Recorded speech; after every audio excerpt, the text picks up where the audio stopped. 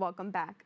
Granting Resources and Community Enrichment, Inc. is a nonprofit organization working to bridge the gap in economic disparities, advance health equity, and provide equal accessibility to individuals and families in underserved, poverty-stricken communities. Joining us to tell us more is the founder and president of G.R.A.C.E, Gracie Cedres. Gracie, thanks for joining us. Thank you. So just to start off, can you tell us a little bit more about G.R.A.C.'s mission? Yes, so our mission is exactly what you just mentioned. We work with inner city, underprivileged communities to be able to provide access and resources to sports and wellness programs, monthly soup kitchens, food pantries, and things like that. So really just making sure that we're going into communities that need economic resources to be able to provide for them. Yeah, and how is the organization helping to bridge this gap in economic disparities and in advance health equities? Basically by providing access to resources. So many of our individuals and families who live in inner city, poverty-stricken communities lack access to such resources. And so we go to those neighboring communities to be able to provide events, activities, and workshops.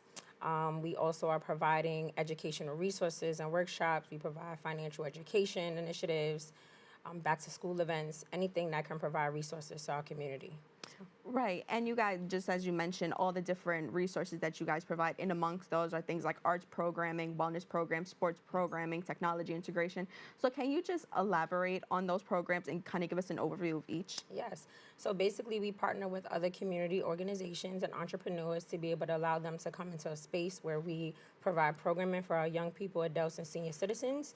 And our initiatives or programming ranges things from music production, DJing, we have sports programming, we have arts programming for our students who like to paint and draw.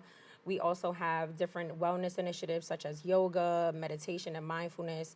And we host different events and activities throughout the course of the year for our young people and our adults and seniors. And how do these programs contribute to Grace's overall mission?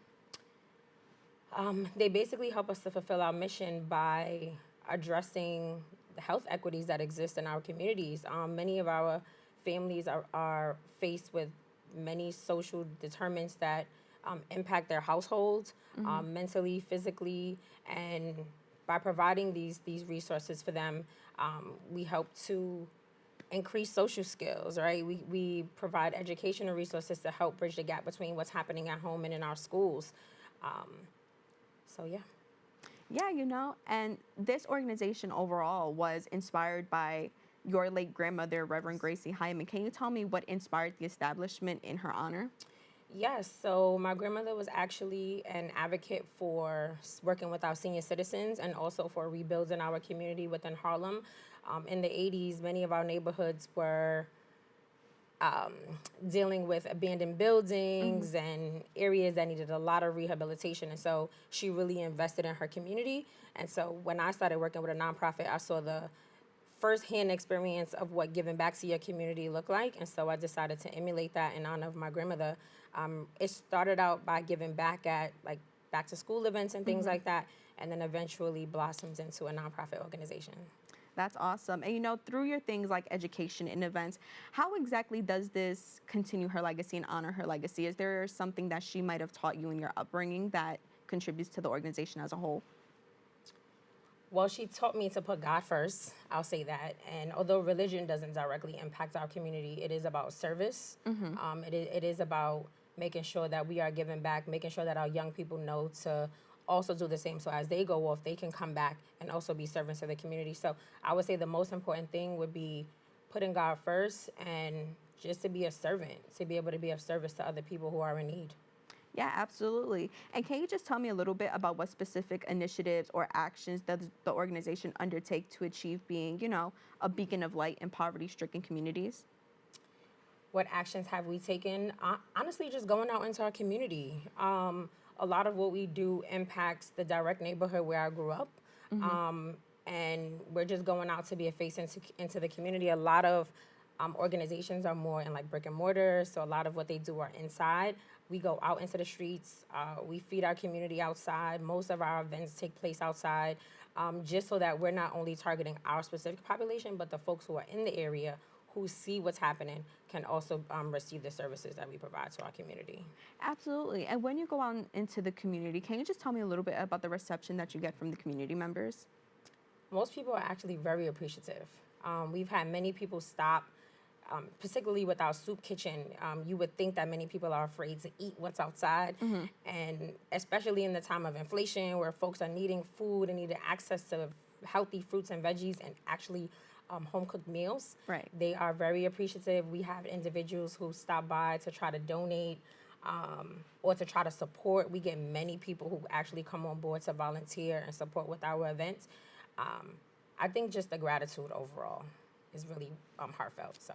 Yeah, absolutely. And I feel like we've spoken about it a lot in detail already. But can you tell me a little bit about the types of workshops and events and activities that the organization provides?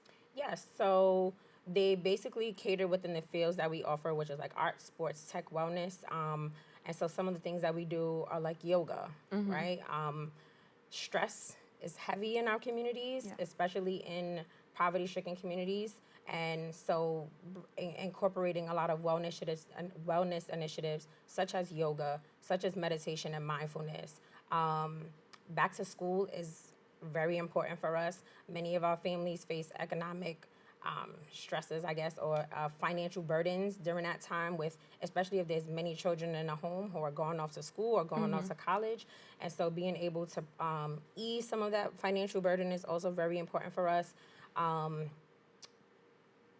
Food, access to food. Access to food is very important right now. Many of our seniors in particularly are struggling to get access to healthy food options.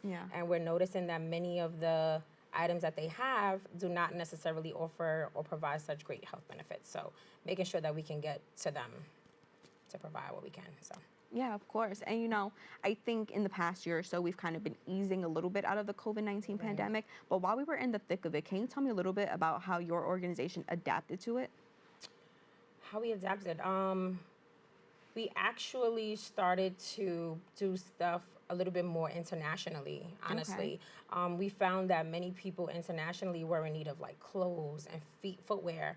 And so we started with hosting like clothes drives. And because we couldn't necessarily get to individuals, we had a drop-off location where individuals could go to be able to drop off their gently used items, clothing, footwear, and we were able to then partner over with some international countries and get some items shipped over. So that was our main focus, actually, because we really couldn't do anything on the ground, like too much in person.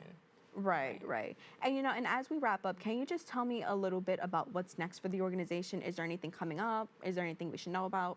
Yes, we actually have a Father's Day event coming up this Saturday, which is going to be our Father's Day Legacy Tournament, which we are honoring our fathers in the community. They're coming out with their children to be able to participate in some friendly competition. We have our big back-to-school event. This is our 5th annual in New York. We have our 2nd annual back-to-school event coming up in Georgia this year. And the next biggest thing is going to be our build-in fund. I am working to purchase and rehab a building in Harlem, and so that will be our safe haven, serving as our all-purpose community center. So that's the next big thing for us. That's awesome. So, you know, any other huge plans coming up that, you know, anything in the works, maybe expand or? Well, we would like to expand. Part of what we have started to do is take tours, specifically with our block parties. So every 2 years, we will adopt a new state. And so next year will be our opportunity to adopt a new state. So if anyone is in need and would like us to bring our back-to-school event to their state, we'll be happy to go.